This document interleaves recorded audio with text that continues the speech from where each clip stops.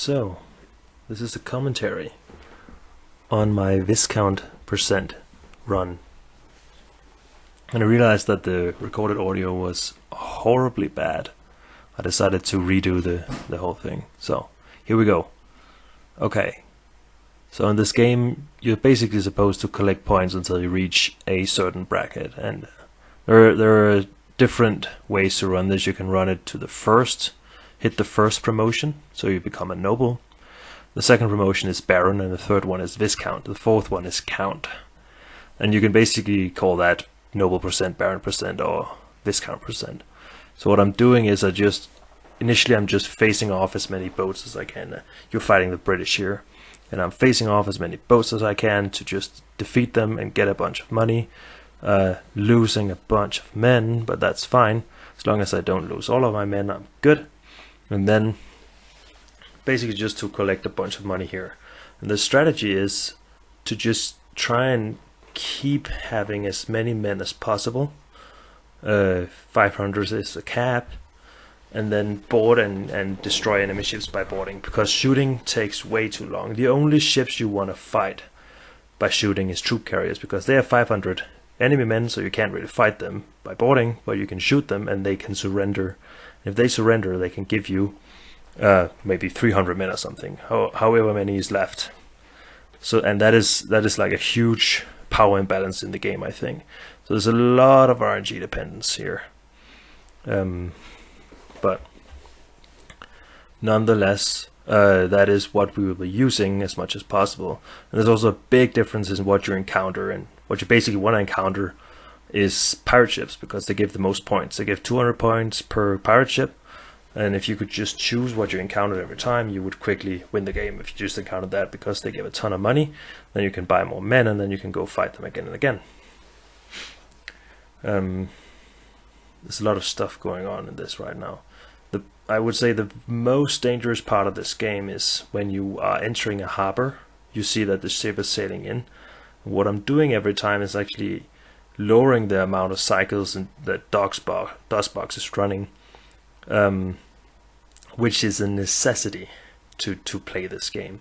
Complete utter necessity if you want to play it on a modern system, because basically the way it was coded was that it was just using the computer you were running it on back in the day in 1985, using how many ever CPU cycles that was on this computer as a way to count the steps the ship is taking. So if I was going into the harbor at the same speed I'm playing the rest of the game, in terms of DOSBox cycles, I would never be able to steer the ship in, and I would just lose outright.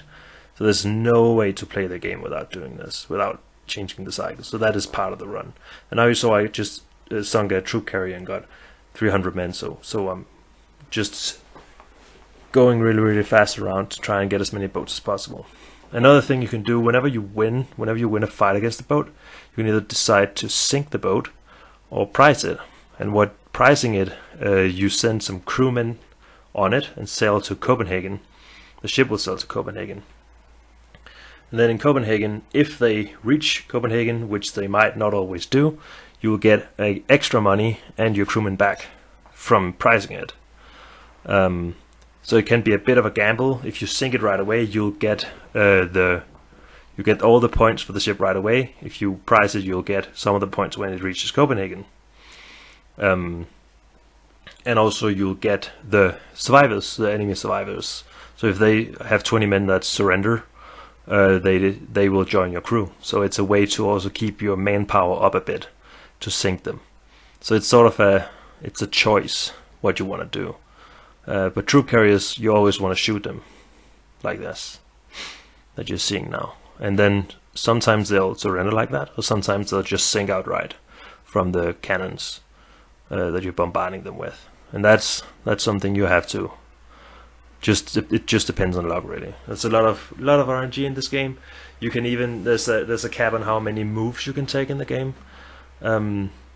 So and what you're seeing, you'll see a counter on the map screen. You can see a counter going.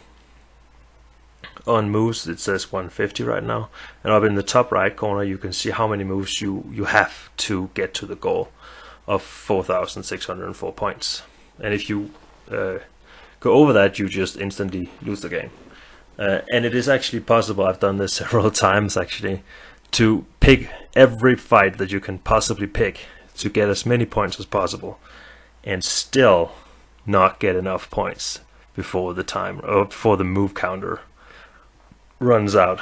And that is just such utter BS, but not really much to do about that except just accept defeat. There's a bunch of instant death scenarios in this game basically. Whenever you try into the harbor, the biggest one is the hitting the seawall, and because you can see those arrows, that's not me pushing the ship. That is the wind pushing the ship. And if the wind pushes the ship and you go into the seawall, you just instantly lose the game again.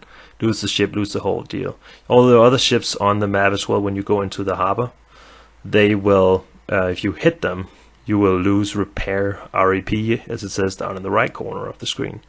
And if you reach 0, then your ship is broken and destroyed.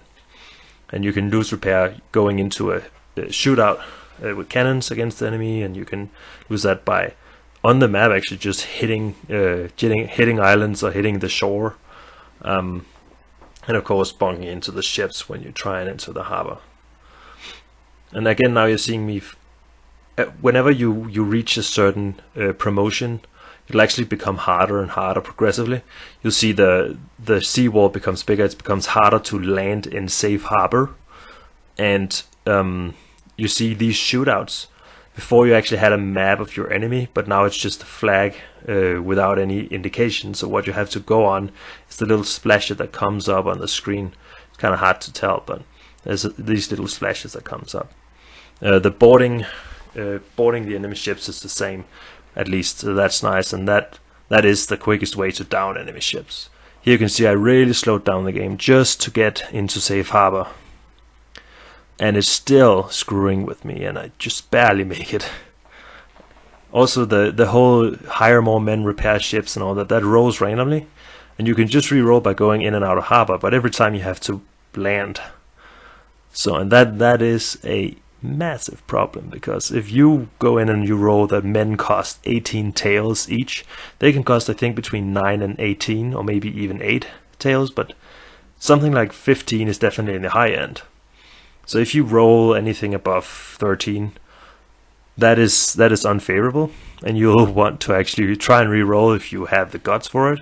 That also, it takes some time out of your run, so it's all, are you rich on tails? Are you poor? Do you want to save some tails? What do you want to do? This is toward the end of the game now, you can see, and just trying to find a good fight and get the last. It's what, 60 points right now. So if I got like a frigate or something, that would be the end of it. I think I hit a pirate by the end, which gives me 300 or 200. So that is it. I think that's a 747 speedrun on the Viscount, so that is pretty cool. Thank you all for watching.